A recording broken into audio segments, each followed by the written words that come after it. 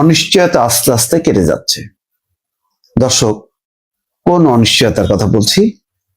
অনিশ্চয়তার কথা বলছি তারেক রহমানের দেশে ফেরার কথা।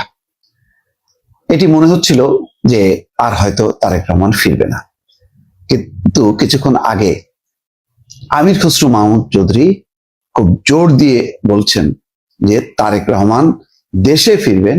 শুধু দেশে ফিরবেন না, তার নেতৃত্বে বিএনপি নির্বাচনে অংশ নেবে। পরিষ্কার বক্তব্য, যেটি ব্রেকিং আকারে যাচ্ছে। তারেক রহমান দেশে ফিরবেন, তার নেতৃত্বেই নির্বাচনে অংশ নেবে বিএনপি। দর্শক, একটা জিনিস খেয়াল করেন, জুবাইদা রহমান তিনি এসছেন। কেন এসছেন? তিনি তো আগেও আসতে পারতেন। তিনি এসছেন মূলত আসলে দুইটা কাজে।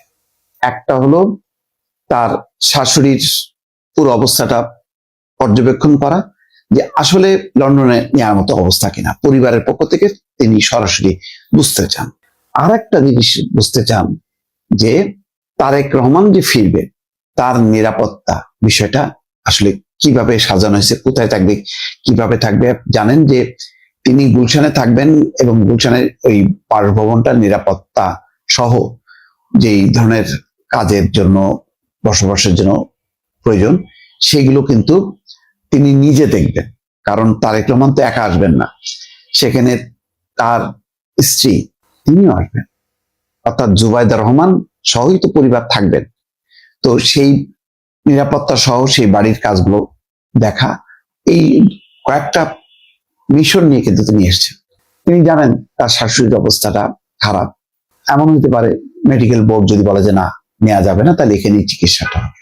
কিন্তু তারেক রহমান যে কথাটা বেশ প্রচার করা হয়েছে যে তারেক রহমান হয়তো আর আসবেন না, এই ধারণাটা ভেঙে দিতে চায় বিএনপি, তারেক রহমান নিজে এবং তার স্ত্রী জুবাইদা রহমান।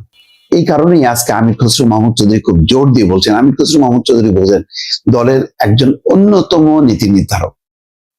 তিনি জানেন যে কখন কি হচ্ছে বা দল কি চায়, কি হবে। তিনি যখন একটা কথা বলছেন, মির্জা ফখরুল ইসলাম আলমগীর যখন একটা কথা বলেন, বা সালাউদ্দিন আহমেদ, অন্তত এই তিনটা মানুষ, সালাউদ্দিন আহমেদ, মির্জা ফখরুল এবং আমির খসরু মাহমুদ চৌধুরী, তারা কিন্তু না জেনে কথা বলেন না। তো আজকে আমির খসরু মাহমুদ চৌধুরী সেই বিষয়টি ওপেন করে দিলেন যে তারেক রহমান ফিরছেন। তারেক রহমান ফিরবেন না বিষয়টা তা না। আর একটা জিনিস দেখেন যে বিএনপি নির্বাচনটাকে কত সিরিয়াসলি নিয়েছে। তার একটা খবর প্রথম আলোতে এসছে যে খালেদা জিয়ার অসুস্থতার মধ্যেই নির্বাচন কেন্দ্রিক কাজে ফিরতে চায় বিএনপি। 36টা আসন দেখেন এই সময়ের মধ্যে ঘোষণা করছে। এর মধ্যে অনেক মানবাভিমান শুরু হয়েছে। শরিক লেবার পার্টি একেবারে 20 বছরের সম্পর্ক ছিন্ন করে দিয়ে চলে গেছে, বলছে যে না, আর এদের সাথে থাকা যাবে না। শরিকদের অনেক চাওয়া পাওয়া থাকতে পারে, কিন্তু আমি বারবার কিন্তু বলতাম, শরিকদের আপনি যত বেশি আসন দেবেন তত বেশি আপনার সেই আসন হাতছাড়া হবে। কারণ এখন আত্মীয়তা যদি ধরেন সেটা যদি বহাল থাকে, তাহলে দলীয় প্রতীকে নির্বাচন করতে হবে। এখন এই যে বাংলাদেশ লেবার পার্টি, আরো কিছু দল, আমি আর নাম বললাম না, তাদের ঢাকার শুধু মুখ ছাড়া, ঢাকাতেও তাদের কোনো সাংগঠনিক তৎপরতা নেই, এলাকাতে তো প্রশ্নই ওঠে না। আপনি ঢাকা থেকে যত তৃণমূলে যাবেন তত দলের সংখ্যা কমতে থাকবে, আর তৃণমূল থেকে ঢাকার দিকে আসতে থাকবেন, ঢাকা হচ্ছে দলের অসংখ্য দল। কারণ এইগুলো হলো লাইসেন্সবাজি, ফটকাবাজি, তদবিরবাজি, তারপর কিছু ভাড়া বস্তির লোক ভাড়া করে এনে কিছু সভা করে শোডাউন করা, এই সমস্ত করা ছাড়া আর কোনো কাজ নেই। কিন্তু মফস্বলে তো এসব চলে না, প্রত্যেকে চেনে। ফলে তৃণমূলে যেটা হয়, 3, 4, 5, 6টার বেশি আসলে রাজনৈতিক দল নেই। এটা বাস্তব।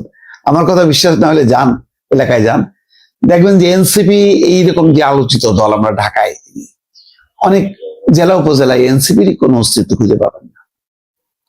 যেটা পাবেন সেটা হচ্ছে আওয়ামী লীগ তো নাই, পলাতক। তাহলে কার পাবেন? বিএনপি পাবেন, জামাত পাবেন। এরপরে অন্য দল খুঁজতে আপনার যথেষ্ট বেগ পাইতে হবে। নেই আমি এটা বলবো না, অবশ্যই সিপিবি আছে, বাসদ আছে, আরো পুরনো রাজনৈতিক দলগুলো আছে, কিন্তু তাদের সংখ্যাটা খুব কম, তাদের অ্যাক্টিভিটিসটা তেমনটা না। কিন্তু ঢাকায় দেখবেন এমন সব দল তার একটা অস্তিত্ব পর্যন্ত নাই, কিন্তু এখানে সব বিশাল বিশাল চেহারা দিয়ে আছে। যাই হোক, আমি সে আলোচনা করি না। আমি বলছি যে সেই 36টা আসন কিন্তু তারা দিয়ে দিল।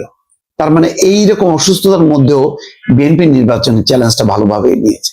বিএনপি বলেনি যে তফসিল পিছাই দিতে হবে, এনসিপি বলছে, কারণ এনসিপি প্রস্তুত না। বিএনপি পুরোপুরি প্রস্তুত। বিএনপি এমনও মনে করছে তার সাথে এনসিপি নাও আসতে পারে, তারপরও তারা লড়বে। বিএনপি এটাও জানে যে তার দলের কিছু বিদ্রোহী প্রার্থী দাঁড়া যাবে, তারপরে বিএনপি তার মতন করে লড়বে। তো সেই লড়াইয়ের প্রেরণা হচ্ছে তারেক রহমান। বেগম খালেদা জিয়া যে নির্বাচনী অভিযানে অংশ নিতে পারবে না, প্রচার অভিযানে, এটা মোটামুটি নিশ্চিত হয়েছে। ফলে তারেক রহমান ছাড়া কোনো উপায় নেই। এবং তারেক রহমানের সাথে আরো বাড়তি শক্তিটা যোগ হচ্ছে জুবাইদা রহমান। কোনো কারণে, আমি কালকেও বলেছি, কোনো কারণে তারেক রহমান যদি আসতে বিলম্ব হয় বা আসতে নাও পারেন, দেখবেন যে জুবাইদা রহমান রাজনীতির একটা ফোকাস পয়েন্টে চলে আসবে। এটা হচ্ছে বাস্তব। দর্শক খেয়াল করে না, আর কয়েকদিনের মধ্যেই নিশ্চয়ই তারেক রহমানের আসার বিষয়টা আরো পরিষ্কার হবে।